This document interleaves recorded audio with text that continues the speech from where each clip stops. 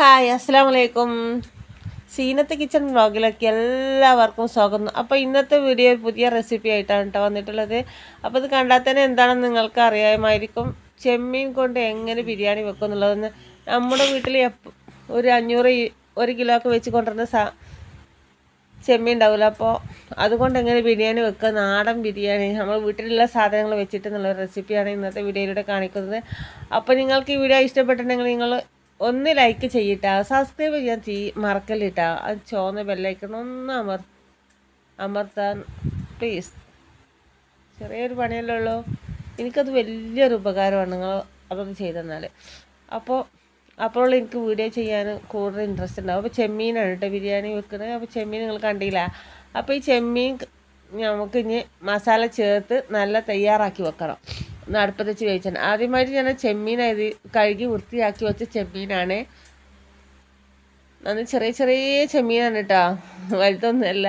അപ്പോൾ സാധാരണ കൂട്ടാൻ വേണ്ടിയിട്ട് വണ്ടിക്കാരൻ വന്നപ്പോൾ വാങ്ങിയതാണ്. മീൻ വണ്ടി വന്നപ്പോൾ അതിലേക്ക് ഞാൻ മുളക് പൊടി എൻ്റെ കയ്യിലില്ല. അപ്പോൾ ഞാൻ മുളകാണ് കഴുകി ഉണക്കി വെച്ച മുളകാണ്. അതിന് 4 എടുത്തിട്ട് മിക്സിയിൽ അരച്ച് വെച്ചിട്ട് അതാണ് ഇട്ടിട്ടുള്ളത്. സാധാരണ നമ്മളെ വീട്ടിൽ എങ്ങനെയുള്ള സാധനം വെച്ചുണ്ടാക്കുക എന്നുള്ള റെസിപ്പിയാണ് കേട്ടോ. അപ്പോൾ മഞ്ഞൾപ്പൊടി 1 ടീസ്പൂൺ ഇട്ട് അതിന് ശേഷം മല്ലിപ്പൊടി ഇട്ടിട്ടുണ്ട്.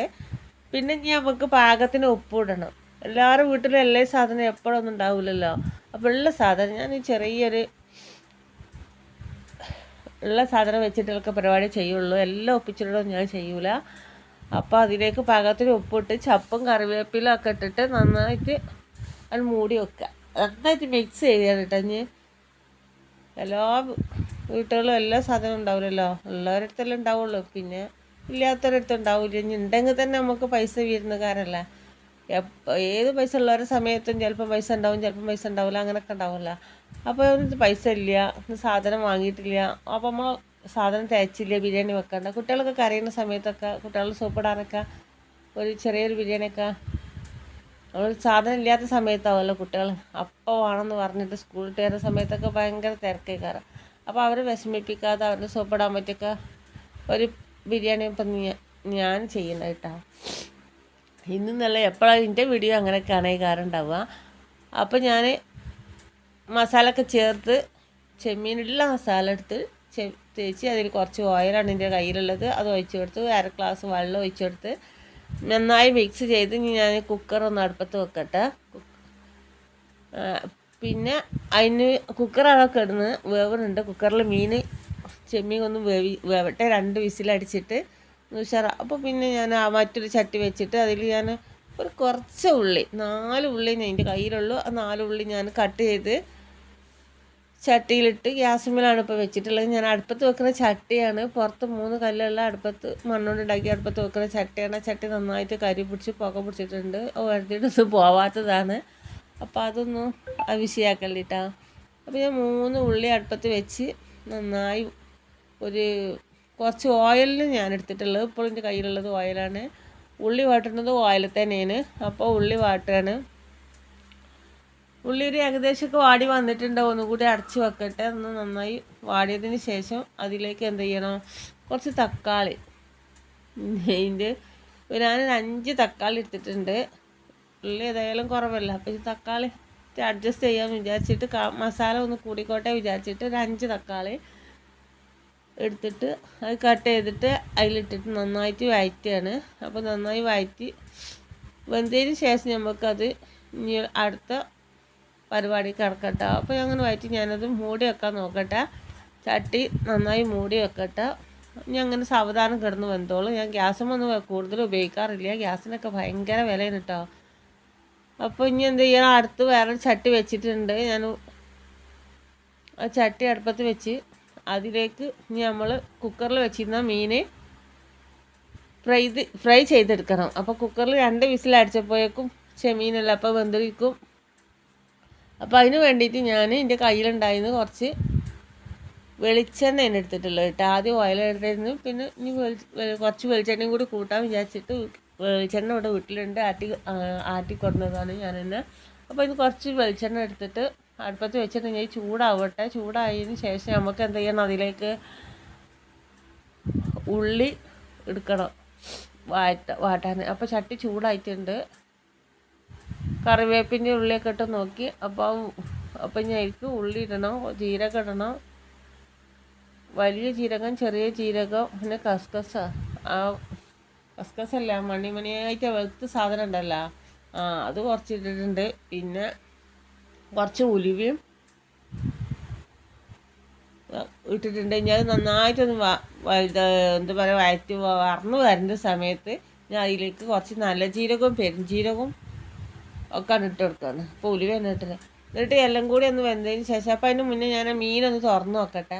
മീൻ എന്താ പാടുന്നാവും, വെന്തിട്ടുണ്ടാവും. മീൻ തുറന്ന് വെച്ചാൽ അതിൻ്റെ ആവിയൊക്കെ ഒന്ന് അമർന്നാലല്ലോ അപ്പം നമുക്ക് വയറ്റാൻ പറ്റുള്ളൂ ഇതിൽ കിടാൻ. അപ്പോൾ ഞാൻ അതിൽ ഒരു മുളകും കൂടി മുറിച്ചിട്ടിട്ടുണ്ട്. ഏതായാലും ഒന്ന് വരട്ടെട്ടാ, നല്ല ഒന്ന് ഉഷാറായി ചൂടായി വരട്ടുക. എനിക്കാണെങ്കിൽ ഗ്യാസും വെച്ചാൽ ചൂടായിക്കണം തോന്നൂല, അടുപ്പത്ത് തന്നെ വെച്ച് കത്തിച്ചാണ്. അപ്പോൾ ഞാൻ വീഡിയോ എടുക്കാൻ വിചാരിച്ചിട്ടാണ് പതി തന്നെ വെച്ചത്. അടുപ്പത്ത് വെച്ചാൽ ഒരു ശരിക്കും പോലെ ചൂടാവുള്ളൂ.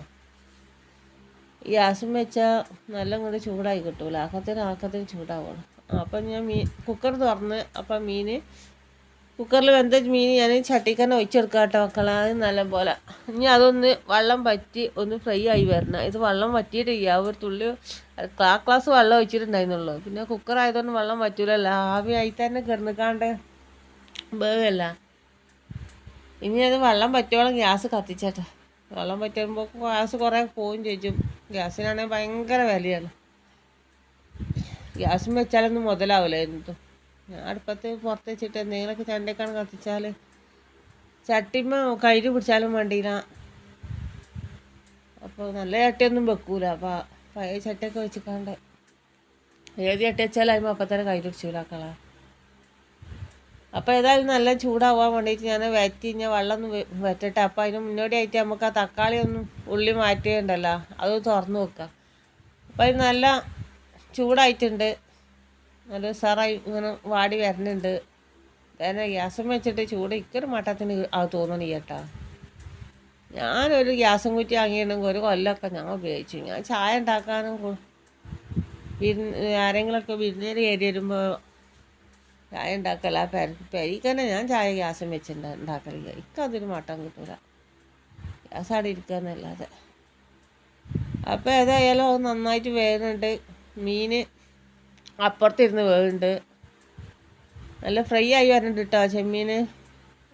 കുറച്ച് നേരം കത്തിയപ്പോൾ വെള്ളമൊക്കെ വറ്റലാണ്. നിങ്ങളൊക്കെ ഗ്യാസും വേണേക്കാരും നല്ല തൃപ്പതി.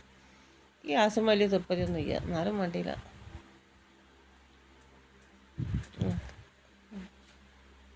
ഇനി വെള്ളം പറ്റട്ടെ, വെള്ളം ഇങ്ങനെ പറ്റുമൊക്കെ. നിങ്ങൾക്ക് വീഡിയോ ഇങ്ങനെ കുറേ നേരം നോക്കിക്കൊണ്ടോ സമയം പോകണ്ടാവില്ലേ, നിങ്ങൾക്ക് ഉണ്ടാവും വേറെ പണിയും കയറാറൊക്കെ.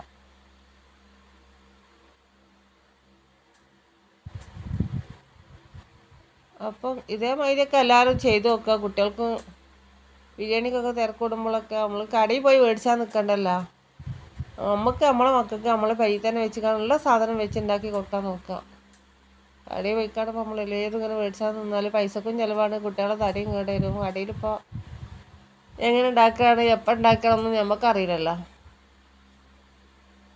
ഒരു ബിരിയാണിക്കും കൊടുക്കാണ്ട് കടയിൽ പോയോ 70 ഉറുപ്പ്യ, നമുക്കിപ്പോൾ ഒരു 150 ഉറുപ്പ്യ ഉണ്ടായ പെരക്കാക്കുമ്പോൾ എല്ലാവർക്കും കൂടെയാണ് ചോറ് കഴിച്ചത്.